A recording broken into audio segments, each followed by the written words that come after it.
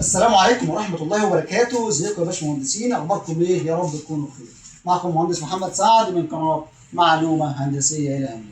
عندي سؤال من أحد أسئلة الانترفيو بيقول لك ليه هندسة بنحط حديد في الأعمدة مع إن العمود ده عنصر بيتحمل أو جاي أو الحمل الواقع عليه حمل ضغط أو عنصر بيتحمل ضغط، مع إن الخرسانة لوحدها بتشيل ضغط بنسبة كبيرة جدا.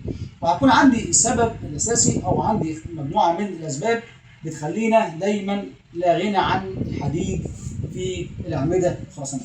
اول حاجه عشان خاطر استخدام الحديد بيقلل لي من قطاع العنصر الخرساني. لو تفتكر ايام الكليه هندسه كانت معادله اصلا تصميم العمود اللي هي 5 اللي هي البي التيميت في 10 اس 3 بتساوي 35% في اف سي يو في الاريا جريد زائد 67% في اف يل في الاريا ستيل. كنا بنعوض ساعتها عن اريا ستيل بواحد من 10 اللي هي ايه؟ كانت رمز ميو. ما علينا.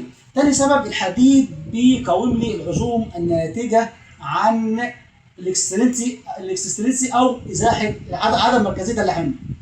تالت حاجه الحديد بيجعل لي خرسانه العمود ضغطيه، اي تعيش الخرسانه زي ما تعيش بس ساعه الانهيار مش هيبقى فيه انهيار مفاجئ، هيبقى عندي يديني انذار بالانهيار اللي هي الشروخ اللي بتظهر دي. رابع حاجه الحديد بيشيل جزء من حمل الراس. خامس حاجه الحديد بيشيل معايا او بيقاوم عزوم الانحناء او الانبعاج في الاعمده الطوليه. الحديد بيقاوم معايا الاحمال الناتجه عن الرياح والزلازل. الحديد بيحمي لي سوق العمود من التكسير. دي كانت مجموعه الاسباب من استخدام حديد داخل الاعمده الخرسانيه. دي كانت نهايه الفيديو. لو عجبك الفيديو ما تنساش تعمل شير ولايك واشتراك في القناه عشان الكل يستفيد. والسلام عليكم ورحمه الله وبركاته.